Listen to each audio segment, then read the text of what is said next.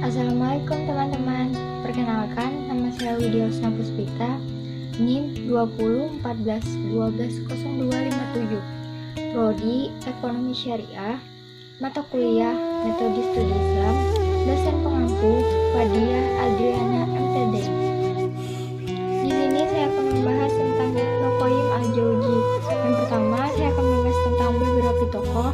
Yang kedua, tentang riwayat pendidikan. Lalu yang ketiga adalah karya-karya beliau.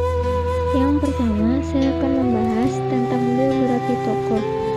Nama lengkap Ibnu Qayyim al-Jauziyah adalah Muhammad bin Abu Bakar bin Sa'ad bin Haris Al-Jazari ad-Dimashqi. Gelarnya adalah Syamsuddin.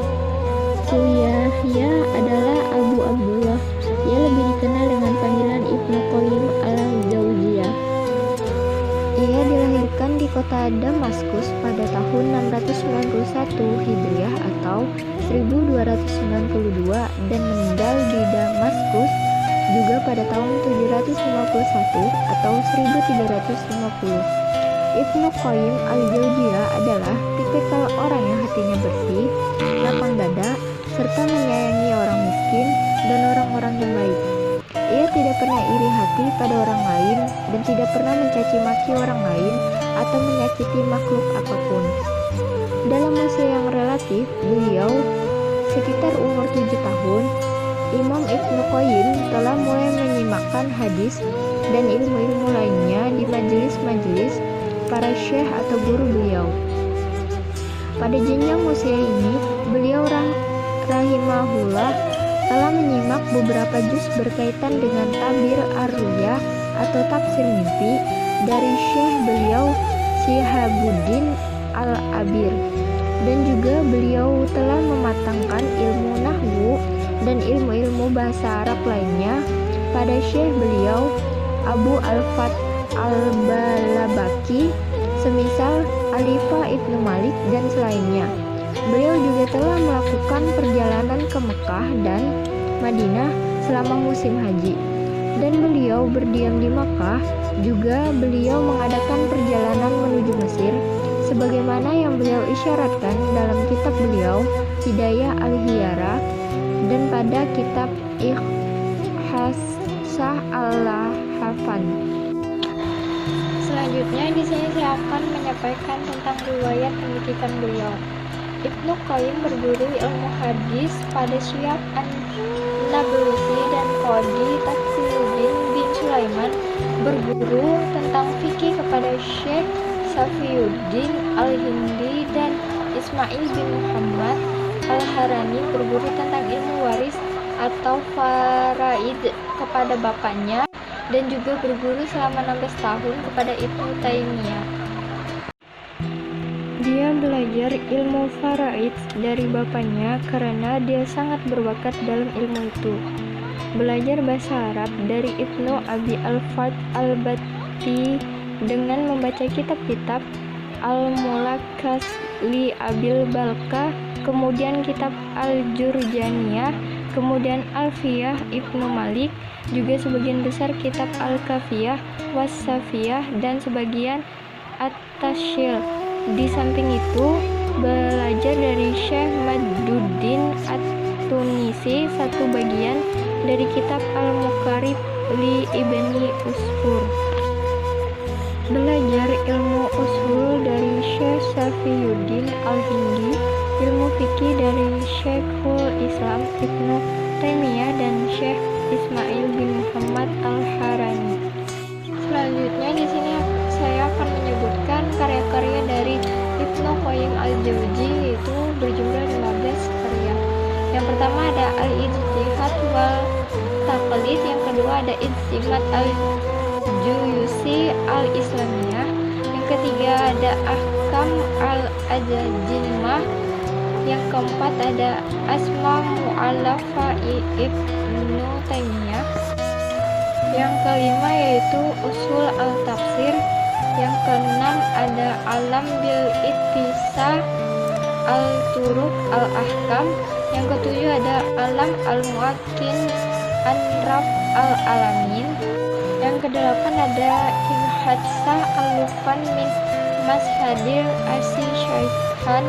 Yang ke-9 ada Al-Amali Al-Makkiyah. Yang ke-10 ada Amsal Al-Quran. Yang ke-11 ada Al-Ijaz. Yang ke-12 ada Badai Al-Fawaid. Yang ke-13 ada At-Tibyan fi Aqsam Al-Quran. Yang ke-14 ada At-Tabir lima yahillu wa yuhrum min libas Al-Harir. Yang ke-15 ada Takbir Ar-Risalah fi Al-Qawaid Al-Hukimiyah bi Ajajaka wal Al.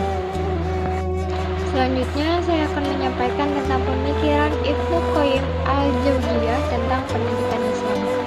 Ibnu Qayyim memaparkan pemikirannya mengenai pendidikan ketika sedang mengomentari tafsiran Ibnu Abbas terhadap kata Rabbani yang ditafsirkan dengan makna tarbiyah. Beliau berkata, tafsiran Ibnu Abbas ini dikarenakan bahwa kata Rabbani itu pecahan dari kata tarbiyah yang artinya adalah mendidik manusia dengan ilmu sebagaimana seorang bapak mendidik anaknya. Kemudian setelah itu beliau menukil pendapatan Al-Mubarid yang mengatakan bahwa Rabbani adalah seorang yang mengajarkan ilmu dan mendidik manusia dengan ilmu tersebut. Selanjutnya beliau berkata, kata Rabbani diartikan dengan makna yang seperti itu dikarenakan ia adalah pecahan dari kata kerja fi'al rabba yarubbu rabban yang artinya adalah seorang pendidik atau perawat dan sempurna. Dan definisi yang dinyatakan beliau juga mencakup dua makna, yaitu pendidikan yang berkaitan dengan ilmu seseorang, yaitu sebuah pendidikan yang dilakukan seseorang terhadap ilmunya.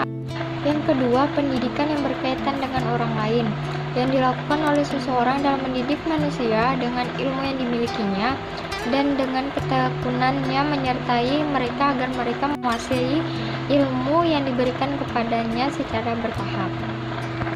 Baiklah, saya akan menyampaikan pendapat menurut saya tentang pemikiran Ibnu Qayyim al-Jauziyah tentang pendidikan Islam. Pendapat saya, pemikiran Ibnu Qayyim adalah suatu hal yang benar. Yang pertama, jika ilmu itu kita sukai, maka ilmu itu akan tumbuh dengan sempurna di dalam diri kita. Bagaimana cara kita mencari ilmu itu? Bagaimana kita cara meneladani ilmu itu? Yang kedua yaitu ilmu yang didapat dari orang lain, seperti guru yang mengajar muridnya. Maka disitulah peran guru untuk mengajarkan muridnya tentang ilmu yang dimilikinya dengan penuh ketelatenan dan ketekunan, sehingga mereka bertahap untuk menerima ilmu tersebut dan mereka bisa memahami ilmu tersebut.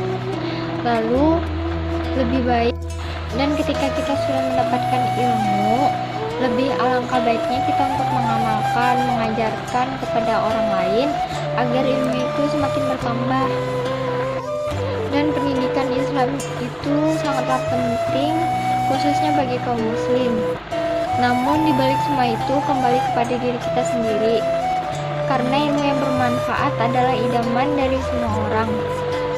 Dan di sisi lain ada beberapa hal yang membuat seseorang terhalang ilmu seperti yang dijelaskan oleh Ibnu Qayyim al-Jauziyah.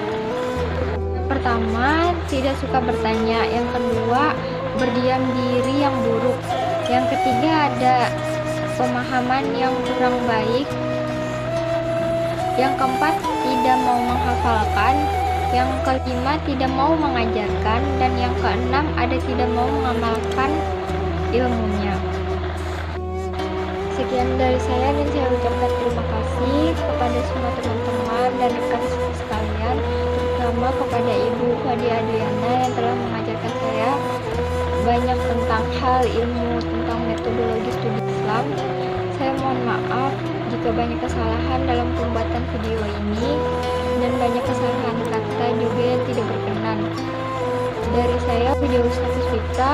Wassalamualaikum warahmatullahi wabarakatuh.